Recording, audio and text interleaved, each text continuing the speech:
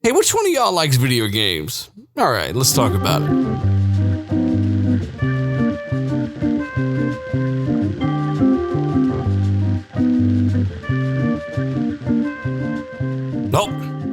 Yes, this should be a fantastic video because we got some information regarding performance boost for Xbox Series consoles, as well as more. There's so much more in this video. As a matter of fact, this is going to be a bad one for some Sony guys out there that have been really trying to downplay the power of RDNA 2 GPUs and what they are capable of.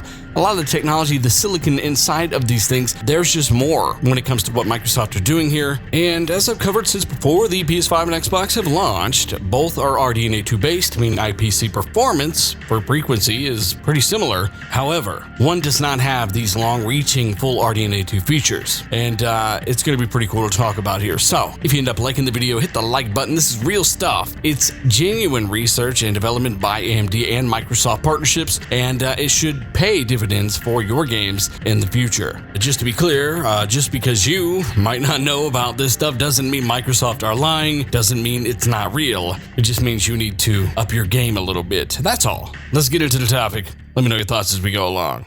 Oh snap, Microsoft and AMD are doing big things over here. They're collaborating to bring TensorFlow, a DirectML to life, and they're basically, they're boosting performance by 4.4 times, 440% over here. That's 4 billion times better than the Xbox One, or the 17 trillion times better than the Ouya. Yes, that's right, 440% improvement on this application with RDNA 2 GPUs, that of which the Xbox console happens to have, along with all of the necessary silicon features that require this for it to actually function. And once more, Series X is the only console that will be using DirectX 12 Ultimate, another requirement for these features. Now, of course, the Xbox One, the Ouya, they don't have these things. As a matter of fact, the Xbox Series consoles are the ones that will benefit from this the most, seeing as they do have hardware-accelerated DirectML, they have the silicon in the box, along with the traditional GPU style that you'll find on the PC. Those of the RDNA 2 variant do have a lot to gain from this. Now, it does say the TensorFlow DirectML, one of the accessible hardware machine learning tools that are available across a wide variety of GPUs, that being on the PC, and of course now with the Xbox being a thing. Well, with combined with machine learning from AMD and of course Microsoft, there is an initial 3.7 times performance improvement on interface performance and up to 4.4 times improvement on overall system and AI benchmarks. Now, this news is a couple weeks old probably, but I wanted to talk about it because I got a lot of messages about this, and this is one of the very small puzzle pieces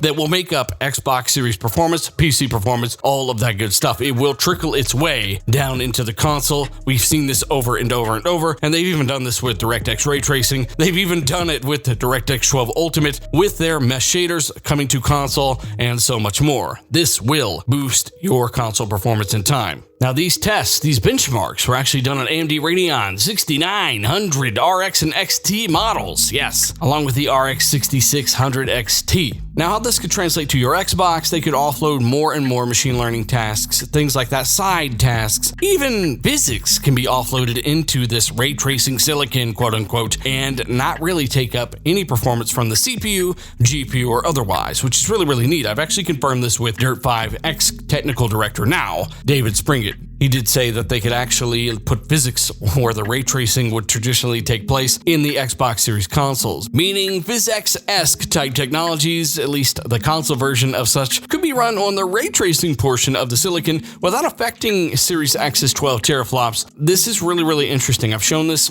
on video. I've shown him say this on this channel, and it's just really neat to see come to light, finally, after talking about it for so long. Essentially, this article rounds it all off by saying this will help hardware better be utilized and leveraged in more applications for more types of people. And again, this will scale down to your Xbox Series consoles in one form or another. They will find a way. In fact, games are already finding a way to use machine learning. Playground games have been experimenting with ML for quite some time. There's also BC Pack. There's a lot of different really cool stuff that hasn't even hit the consoles yet, and it's just the beginning. Meanwhile, games are already so gorgeous, it blows your face off the back of your head. Yes, it's a very weird guy. Okay, his head, he was born backwards, I don't know. Now, of course, to nail it all down for any of those of you who are in doubt that it could work on the PS5 or that it would even benefit the console, AMD themselves do say the GPU acceleration training works on any DirectX 12 compatible GPU. Of course, we all know the PS5 doesn't use DX12, it uses OpenGL. Could they have a version of this to try to help PS5 software machine learning?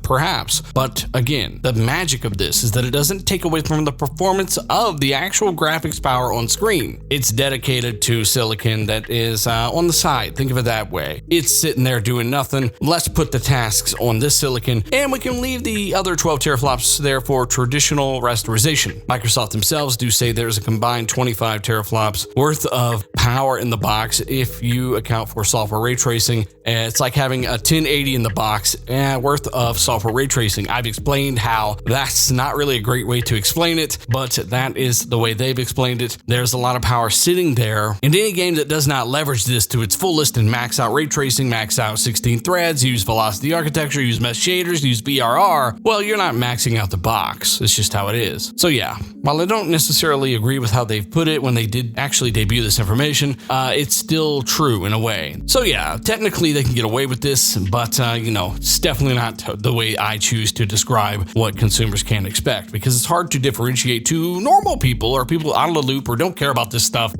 how much performance is when it comes to software ray tracing. Software ray tracing is very, very inefficient, takes a ton of performance to do anything, and a GTX 1080 won't last all that long when it comes to a ton of ray tracing, right? It'll definitely help a lot, and it'll help you do a lot of things without affecting the 12, but ultimately, it is a finite pool of additional processing that really is awesome to have on a console. Don't get me wrong. When developers learn how to use all of this to its fullest, you're going to see some amazing things. I have already seen some amazing things. Now, the article does sum it up by saying these updates will let you benefit from the performance improvements through these technologies, through development of these TensorFlow DirectML technologies. And they even add that it will take your Windows machine learning workloads to the next level when using AMD graphics. But anyways, hey, let me know your thoughts on this technology. I just thought I would make a quick video about it, guys. I mean, hey, it's information, it's legitimate information, and again, I said what I said at the beginning, because every time there's something interesting like this that people don't understand, especially haters of Microsoft, the Xbox platform, that would benefit people on the platform, they're always saying secret sauce or downplaying these things without really understanding them, and I don't expect much more from people that can't even take a full quote of mine and put it in context when they're sitting there saying what I said, even though that's not really what I said, right?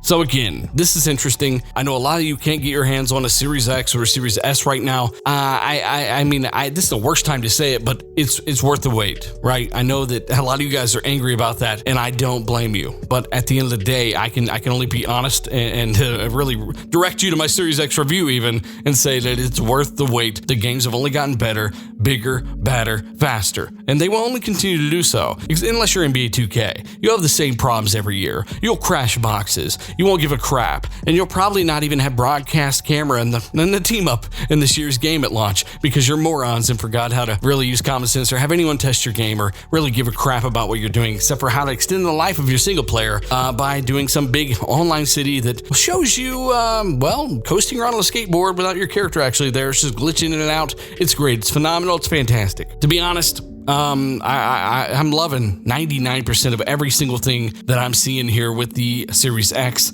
and I can't say a bad thing about the system. It's built like a tank, it's fast, and it's hard to go back. It really is, and I think that when you guys finally get your boxes, you'll be very, very impressed. 60 FPS on pretty much every single game. This is what I've asked for. This is what I primarily expected, and developers have listened to all of us that have spoken out about frame rates. I want 60 FPS on every single game, because it's more than possible. But hey, let me know what you think is more than possible down below. I hope each and every one of you have a Series X by now or are getting one. Share this with a buddy or two, and of course, let me know your thoughts as you maybe hit the like button if you ended up liking this video. Thank you very much for what you do. I'll leave you with a minute or so of World War Z Aftermath gameplay. You know, we gotta get past that 10 minutes because YouTube doesn't give us a choice.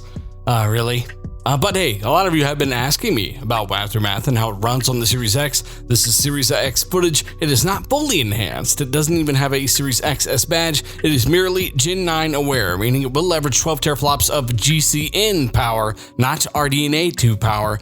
but it's still enough to get apparently 4K 60 when it comes to the potential for frame rates. That's what I care about. And this game looks phenomenal. Good enough for me. And the frame rate with this much crap going on, very impressive. So again, let me know what you think of the footage. Thank you so much for watching the video.